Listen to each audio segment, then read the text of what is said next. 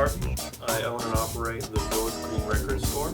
We've been here for a little over 8 years now. My name is Kim Johnson, and we have Ultra Image Tanning in the village. My name's Derek Edwards. I'm the owner and operator of White Rabbit Used Books in the village. I feel like the village has been in a transitional period for quite some time now. We're very excited, however, that there is new development across the road.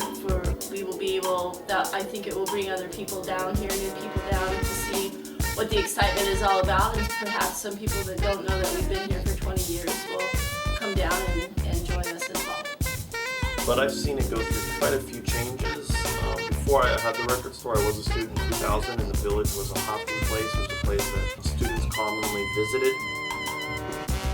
I learned over the years that maybe starting around 2005, 2006, which is also when you began to see sort of the slow kind of decline of what the village could offer. I heard a few friends of mine who were in the orientation process, some that were students that were prospective students, freshmen, who would not be given any real exposure to the village.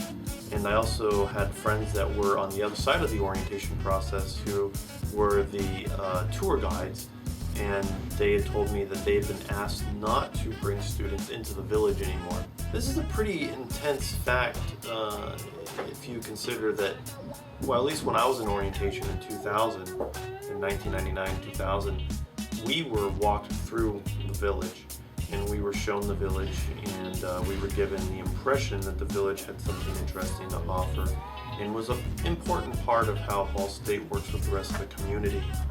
Hearing that from the orientation that they were asked not to bring students into the village anymore was quite discouraging, especially when I had already begun running a business of my own in the village. In the summertime, we do find that it becomes a little slower when the students go, so we are able to close on Sundays for a period of time.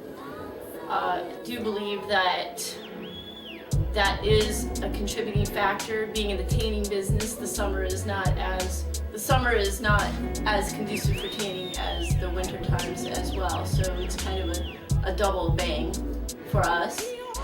What do I talk about stuff? Well, I suppose it's kind of an even tie between science fiction and classics, oddly enough.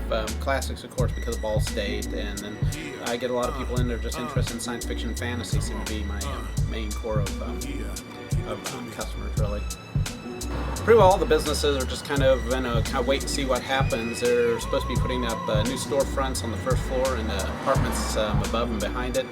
And in the long run, I think it'll be good for the village, but until they actually get the new businesses up, it's going to be a little rough. I mean, people don't like to shop in construction areas, so we're just going to have to wait and see what happens.